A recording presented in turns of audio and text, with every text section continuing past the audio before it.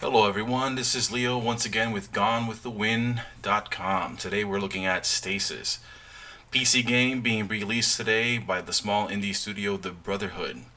One of the things that stood out to me the most as I was playing through this game the first time is that I constantly kept saying, oh man, this reminds me of Aliens, or this reminds me of Sanitarium. I mean, there's so many influences that go into Stasis that you'll find yourself probably saying this over and over again.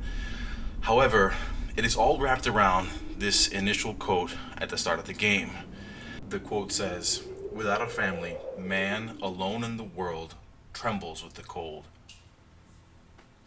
This central theme is not overhammered throughout the game, but it gives you something to think about. And as you play the game, little hints of what that phrase means or what it meant to designer Christopher Bischoff comes to light.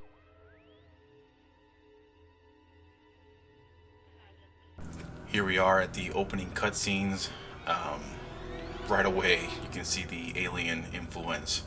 This is the ship that you're on. It's called the Groom Lake. At least you don't know that you're really on it. This is where you awaken, I should say. You play someone named John, who the last he remembered was getting on another ship heading towards Titan space station somewhere else with his wife and his daughter. The next thing he realizes, he's waking up and coming to on this mysterious ship where nothing is quite as it seems, but it's obvious from the start something horrible has happened.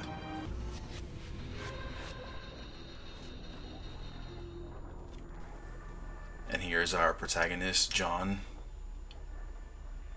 coming to. I have to say that the voice acting throughout the game for John was really well done. The pacing, the writing are all excellent. It had me at the edge of my seat in some moments. And here's where you begin. Waking up, you can see the graphic style of the game. It's an isometric view, very reminiscent of Sanitarium and many other isometric adventures. The animations are very well done. May seem old school for some, but I didn't mind the nostalgic style, the old school look. I didn't mind it at all. As a matter of fact, for the type of adventure game that it is, for the kind of puzzle solving that you will encounter, I think it's perfect. Now, I noticed some issues with the graphics. They would adjust, as you can see here, it would just sometimes go out of sync. Sometimes you would cut off the edges. Other times when I would try to reach the inventory or the menu options, it would kind of flip over to the desktop, cutting off what I was trying to do. After a while, though, I kind of got the hang of it. I would not veer so close to the edge of my mouse. Now, I don't know if that's because I'm running some kind of Windows 10 problem, or if it's because I'm running the press release of this game. But either way, after probably an hour or so, I got used to maneuvering through the game. It's pretty simple. You just click somewhere. Like right now, I'm trying to look at the monitors or what's around the room, the various objects. You just click on it, it goes over. If there's something contextual that you can do, he'll do it. If you can't manipulate it, it won't do anything. But since I've already checked out everything in my stasis pod, time to get out, wander the world. Now, I'm injured. I don't know if you noticed, my suit is letting me know that my ribs are fractured. John is staggering slowly. Obviously, I need to find a infirmary. As I progress forward, stopping to check almost everything. It's worth noting that many of the items or clickables you will not be able to manipulate, but some of the items are just so hard to, or I should say easy to miss, that if you don't scan the room perfectly and make sure that you picked up every item and touched every single thing, you might regret it later when you're stuck. Stuck is something that's going to happen quite often. Right away, here in the stasis room, I wasn't sure how to manipulate any of this. There's no instructions, but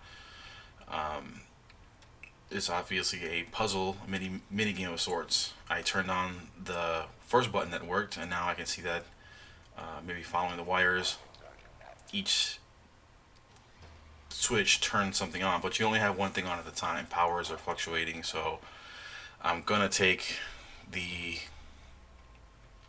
best thing I can think of, which is the DocMate scanner. I mean, might as well scan myself first and see what's wrong with my body. So you only have one thing on at a time. I'm gonna go ahead and put on the DocMate scanner and see what that does. Oh, look, something opens up. Guess it's a full body scanner. So when I go in there and get myself checked out, I'll keep talking about the puzzles.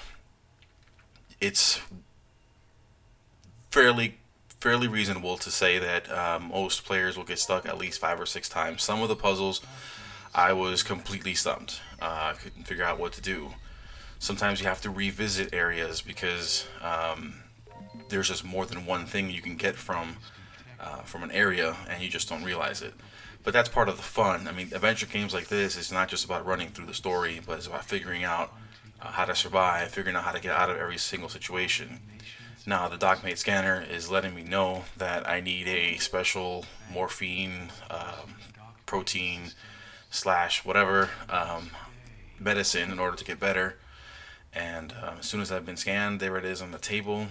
I'm going to go ahead and pick it up and give it to John so we can start moving around. Now, once he gets better, you're able to run around by double clicking. It saves you a little time on that back and forth that I was talking about to solve puzzles. From this point, you got to mix the medicine with the syringe and inject yourself. Mixing your own items that you find will help you solve a lot of puzzles.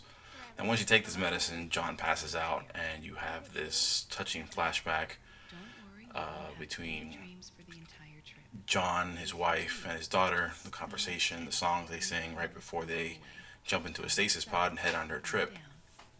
Now, this is only touched on once, so it's not like they overdo it, but I think it's important as it, like I said, ties with the quote, ties with the rest of the game. Everything that started off in John's trip was perfect, and everything was nice. And once he awakens on this station, everything goes to hell. Moving further along, once he's better, head over to the other rooms, and you discover this heavy loader. It doesn't really do anything, it's unpowered. Elevator shaft is turned off. Red doors you can't get into. Not all the terminals work. But we gotta move on. We gotta figure out how to get out of here. There's definitely a lot of reading to do in the game. But the writing's so good, I didn't mind reading through most of the messages. It gives you insight into what's going on in the background. But for the time being, there's only one place to go, so we're gonna head on over there. This is a main visitor area, empty, devoid of life, just eerie background sounds. I found this one of the spookier rooms until I realized it's a radio that's picking up transmissions all jarbled together. But it sort of sets this paranoid mood. It was kind of getting me a little freaked out as I was playing. Here's an example of what I'm talking about regarding the notices or letters. Actually, here, this is a menu that has to do with opening and unlocking doors. Only one of them you can unlock, but it gives you another area to walk into. Some terminals have access to unlock doors, just like many of the games, but some terminals just have emails and messages regarding what's happened in the background, like this one here, messages regarding maintenance and things like that. Again, as you play this game, I highly recommend you stop and read all the text, because we can't make this video 90 minutes long, and I don't want to spoil anything. I'm just skipping through them. But I liked some of the background stories that I was reading. There's some characters that leave messages throughout that are kind of intriguing.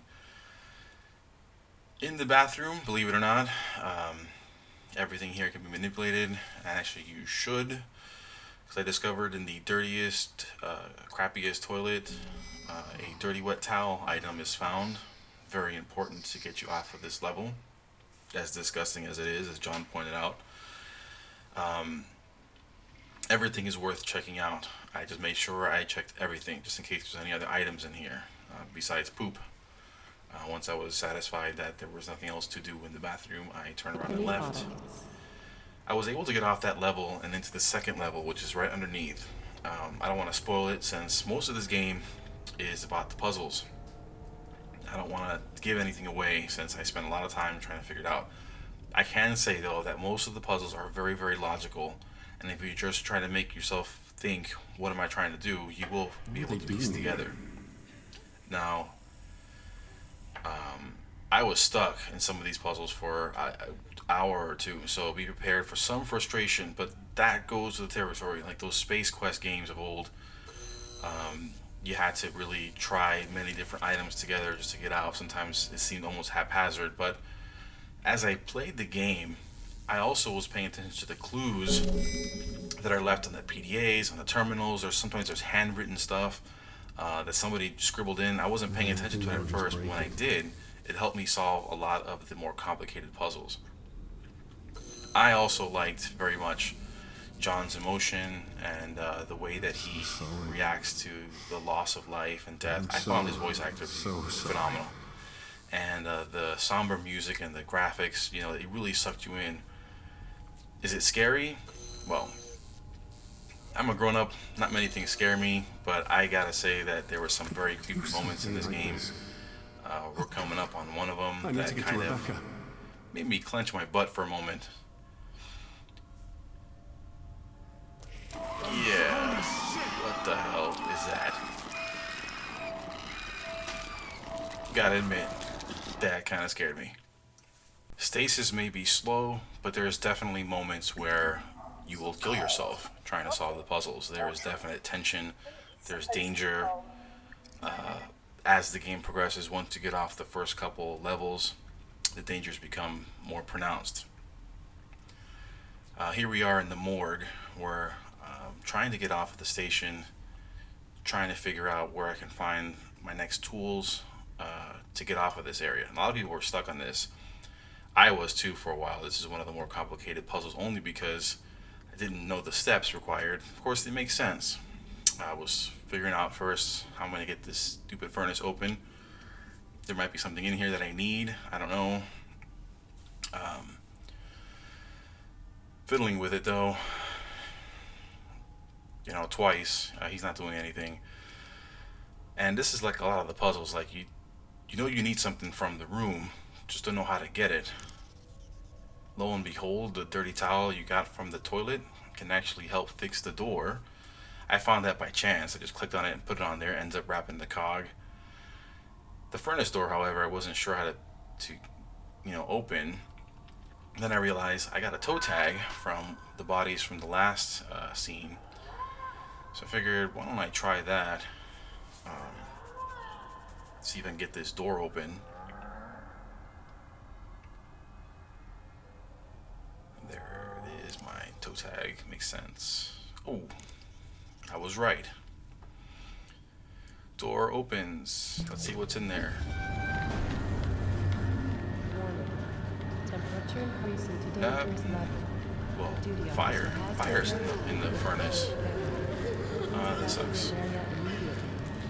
Not so good. Well, this is just a demonstration of how some of the puzzles can have deadly effects. Eventually, I was able to get out of the morgue and continue on with the game. So what is Stasis? Stasis is a slow-paced adventure game. It is creepy. It is horrible. It will suck you in if you let yourself. For those that are perhaps younger players that are not used to playing old games like Sanitarium, if you let yourself get drawn into the perspective and the style, you're in for a treat. This game is full of suspense, it's full of mystery, great puzzles, and the writing is of such excellent caliber. If you really just take it all in and read all the messages, you will spend hours with the game. It'll be worthwhile. I would say probably 12 to 15 if you take your time. You're probably able to rush through it in 10. But this is not the kind of game that you rush through. You want to enjoy the ambiance. You want to enjoy the feelings. You want to let yourself get immersed. Otherwise, the scarier moments of the game might not have the same effect. And there are quite a few. The puzzles, like I said, are very well done and logical. You need to connect electricity to something, well, you need a cable. You need to get across a bridge, well, you need to have some sort of rope or something. So while you may be stumped at first and frustrated, in the end, when you're done, you'll realize, man, these puzzles were quite interesting. They were not trite or boring or ridiculous, where you're finding a needle and using it to build a new house. It's not like that. They're all very well done, logical, and very evenly paced. The music is very minimal. It's mostly for mood and atmosphere. It's the sounds. It's the sounds that were very well made and put you in that high tension mood of screaming in the background, something shuffled in the distance in the corner, a monster's nails grating against the metal. Those kinds of sounds throughout the whole game had me at edge. I was tense almost like 50% of this game. The rest of it is the voice acting, and I have to say that's very excellent. Overall, I have to give this game a 9 out of 10. I would have given it a 10 out of 10 if it wasn't for some of the issues that I had with the screen and being stumped on some of the puzzles for over 2 or 3 hours. I can easily see how that would frustrate some, and I would have to deduct a little bit from my overall review opinion from it. But in the end, it's a highly recommended game, a definite indie hit. This year has been really good for indie game lovers, and Stasis is definitely one that should be high up on everyone's list that's into science fiction, horror, nostalgic games, or just a very well done experience. This is Leo with Gone with the Win again, and thanks for listening.